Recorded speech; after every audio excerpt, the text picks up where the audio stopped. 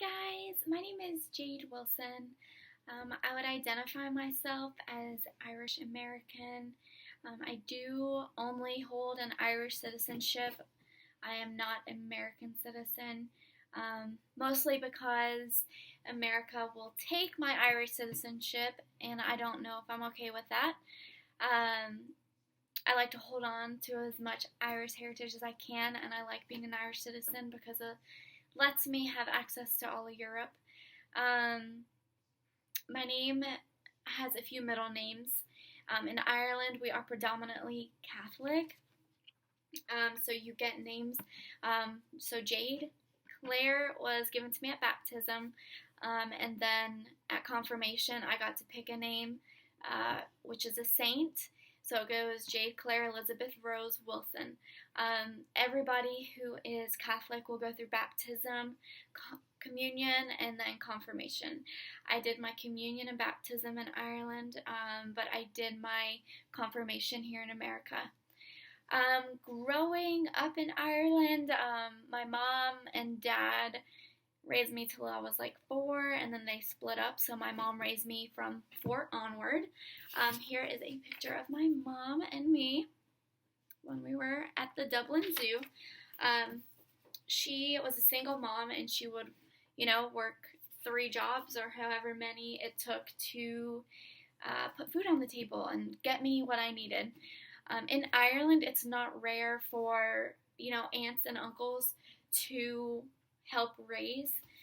So my godmother, which is my mom's sister, she helped raise me, so I was with her a lot of the time. Here's a picture of my Aunt Jackie and my Uncle Fran. That was at my graduation. They did fly over for that. Their children, I call my brothers and sisters. They do live in Ireland still, which is hard because we're still very close. We grew up in a big family, a lot of cousins, which is, part of Irish culture too. In the Catholic belief, your women were supposed to bear children and raise them and have big families. So here's all the cousins.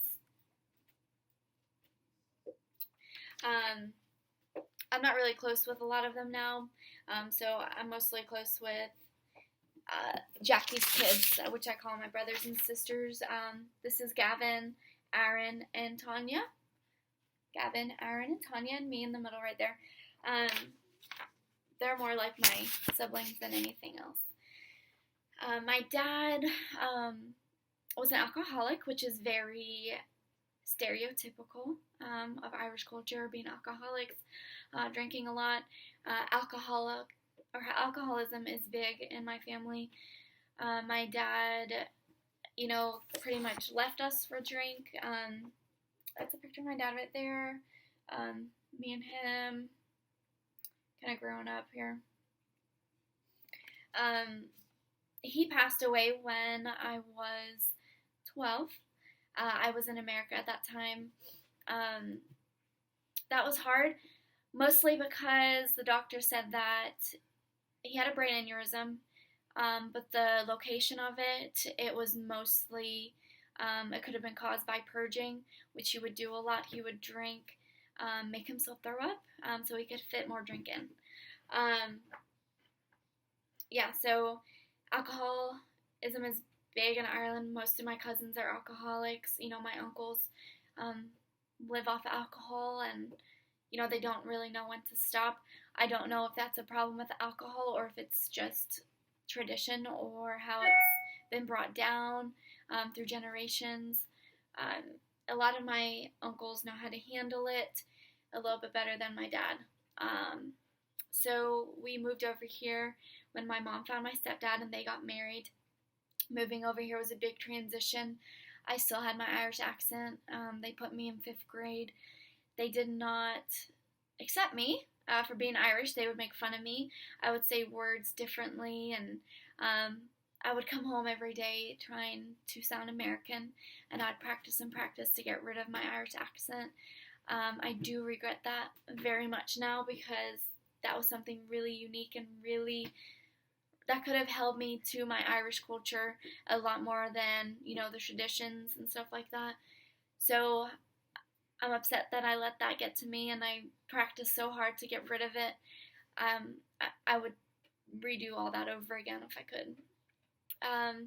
When we moved here, it was just me, my mom, and my stepdad. We didn't have, a big support system. My mom tried to instill in me the same Irish values as she would if we were living there. Work hard. I had more opportunities over here in America than I would have in Ireland. The social class that we were part of, the outlook for me to, even finish high school, which is called secondary school over there, was very slim. Everybody that I know that lived on my street, are either, working in fast food, died of drugs, or so on.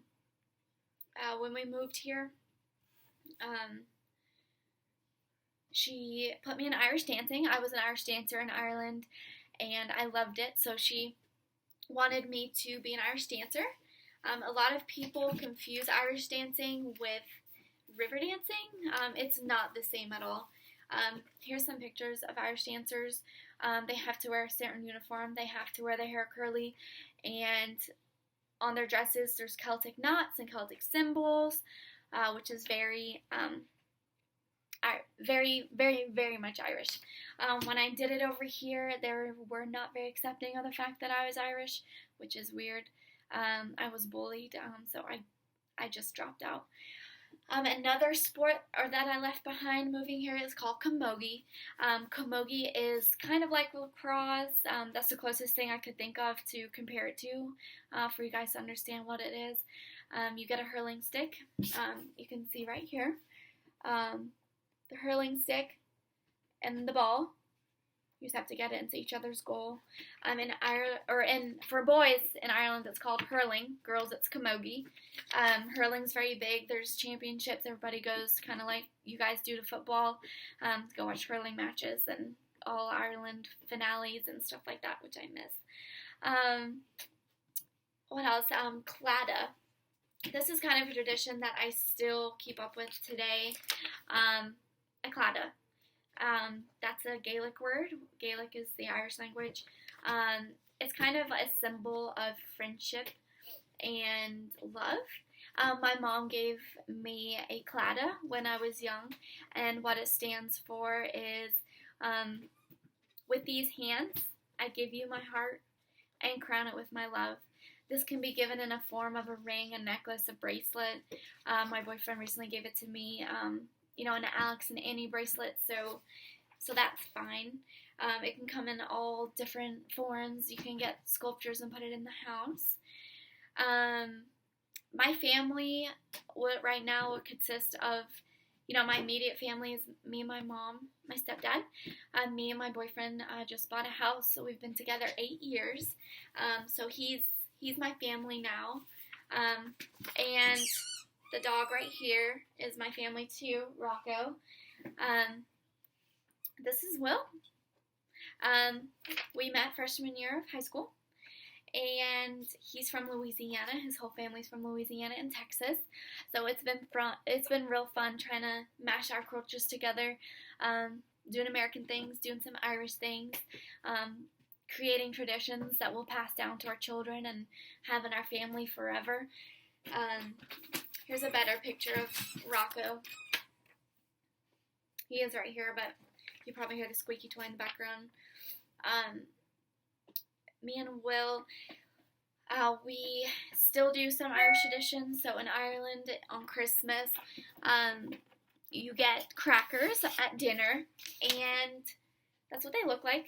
You can still buy them over here, but they're not as popular as in Ireland. So in Ireland, when you're sitting at Christmas dinner, everybody will get a cracker, and you pick somebody to pull it with you. Inside of it is a joke and a little toy and a little hat. Here's a picture of the hats. There's little paper hats. You have to be careful, they'll break. But it's just fun. It's just Irish tradition. I think they do it in the UK too. A lot of our traditions are the same because we're so close. We also, in Ireland, After Christmas is St. Stephen's Day. That's not big over here, which I am upset about. My boss does not recognize St. Stephen's Day. It's December 26th. It's a holiday named after the saint, St. Stephen's. Um, Mostly that's for people just to stay in their pajamas all day, eat chocolate, and watch Christmas movies. Everybody in Ireland has that day off. Unless you're in a pub, you will work. Some people will come out to the pub, some people won't. It just depends on each family tradition. Being with Will and growing up in America, I obviously, I'm very Americanized. I have adapted some American traditions that I love, and we've kind of combined that with what I can from Ireland. So gingerbread houses are one of my favorite traditions. They're not very big in Ireland. You know, my sister Tanya, my cousin Tanya, she thinks I'm crazy when I do these. She doesn't understand why I just don't eat it, and why I put my fingers all over it and build a house out of it. So it's kind of funny adapting new traditions and seeing how my cousins react to those. My cousin Tanya, just a little bit more about her. She's more my sister. I talk to her every day. She has a kid, Molly. Molly is a very Irish name. There's a song called Molly Malone, and it's a very traditional Irish ballad. So she's named after Molly Malone. I call her my niece, obviously. I might be biased, but I think she's the cutest little girl in the whole world. It's funny listening to her little Irish accent and her trying to teach me how to talk Irish and stuff like that. It's a lot of fun. Although I miss her, I'm here, so she has a place to visit. Everybody wants to come to America and see what that's all about. My opportunities in America are a lot bigger, but that's mainly why my mom moved. I'm the first college graduate in our whole family. A lot of people consider me a snob now because of that. I just don't think they understand that kind of just sets my future up for success. Being in a master's program, nobody has any idea what that is. I was planning to move back to Ireland for my master's. I got into Trinity College in Dublin, and that's a really hard college to get into. It's the top college in Europe. It's very, very, very hard to get into. When I got accepted after all the interviews and everything, I turned it down, mainly because my mom wasn't going to be able to move with me back to Ireland. You know, my boyfriend Will was coming and had his support 100%. My dog wouldn't have been able to go. Pit bulls are not allowed in Ireland legally. So Rocco's part of my family. I couldn't just leave him here. I don't know if I'm going to regret that, because that was my opportunity to be able to kind of settle down back in Ireland with my family and build a family of my own. But that kind of goes to show how American I really am. I love Chick-fil-A. There's no Chick-fil-A over there. I try to incorporate Irish things as much as I can. I have my boyfriend hooked on Irish breakfast. That's probably one thing I miss, is a traditional Irish breakfast. Real Irish sausages, you can't buy them anywhere but certain stores. Of course, more expensive, but it's just different than American breakfast, and it's delicious, and I miss it a lot. I'd probably be 800 pounds if I still lived in Ireland, just because I miss the chocolate and the drinks and the chippers. Chippers are really popular for fried or battered sausages. I have my boyfriend hooked on that also when we went to visit. So yeah, that's great. What else? I have some pictures here of, in Ireland you get a kind of like a tribe. You get a crest. So since I am a Wilson, this is the Wilson crest. My mom is actually not a Wilson, obviously. It's my dad. She was an O'Brien, so that's their family crest.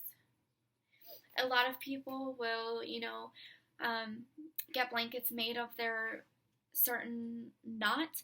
Each clan has a different crochet knot, and it comes in different blankets and stuff. So a lot of people will do that back at home. It's very hard to find that over here. If you do find it over here, it's made in Ireland and it costs like $70 to ship it over here. Trying to explain who I am in 15 minutes is really hard. I would like to say that I'm Irish, but I'm really Irish American. I've adopted so many American traditions that I love. I love 4th of July. I love what it represents. I love how America is so supportive of their military, or mostly. Ireland is kind of like a neutral country, so we don't really fight that much.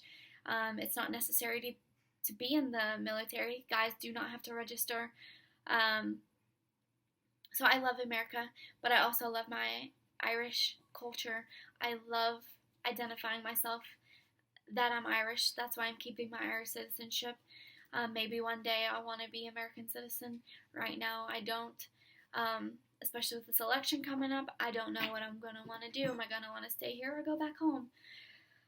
I don't know. And I still call that my home. Being Irish, I'm very proud of it. You can kind of see my freckles. I have red hair. I love it. And I love being an American. I love being both.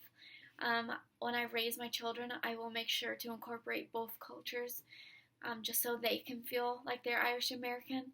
They will automatically be an Irish citizen, since I am, no matter where they're born. And they'll be an American, so they'll be dual citizens, which I'll love. They'll have access to America and Europe. Best of both worlds. So yeah, thanks for letting me share that. The article that I decided to put with this is about somebody struggling being Irish American. It's kind of how nobody accepts you being in America as Irish, and nobody accepts you in Ireland as being an American, and vice versa. My family does make fun of my American accent. They call me a Yankee. They call me hillbilly. They call me a redneck, and they don't even realize my accent isn't as bad as others. So yeah. And then when I get angry, my Irish accent comes out a little bit in certain words, so I get made fun of that at work a lot. So yeah, thank you for letting me share about myself a little bit. That was a little bit harder than I thought, but I'm 17 minutes in, so yeah, thanks, bye.